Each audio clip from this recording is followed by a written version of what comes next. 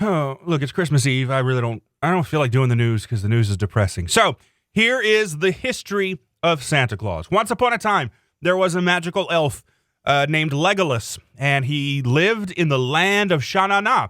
But Sha-na-na, man, it was tough in those days, was ruled by the evil Cobra Commander. So Legolas was like, I ain't having none of that. So he's like, I'm going on a quest. I'm going to get the Sword of Omens, and I'm going to defeat Cobra Commander. So he got his team together.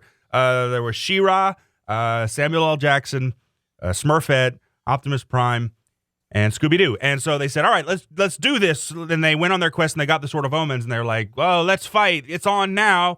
And so they fought Cobra Commander for like a week. Like a week, dude. And then so Legolas took the Sword of Omens and was like, by the power of Grayskull. And Cobra Commander exploded. And the land of Sha-na-na was free.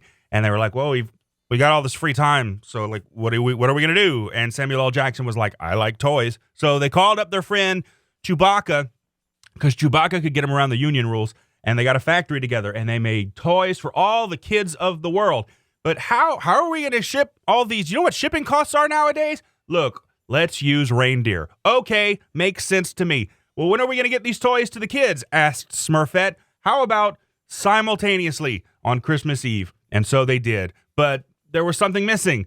Like, Legolas is kind of a pansy name, so they were like, you need a better name, dude. So how about Flibberty Gibbets? No. What about Googly Hobbits? No. How about Santa Claus? Oh, man, that name has swagger.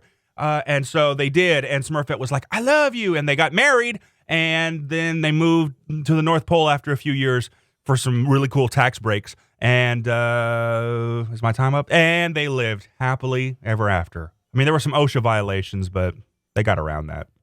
Merry Christmas.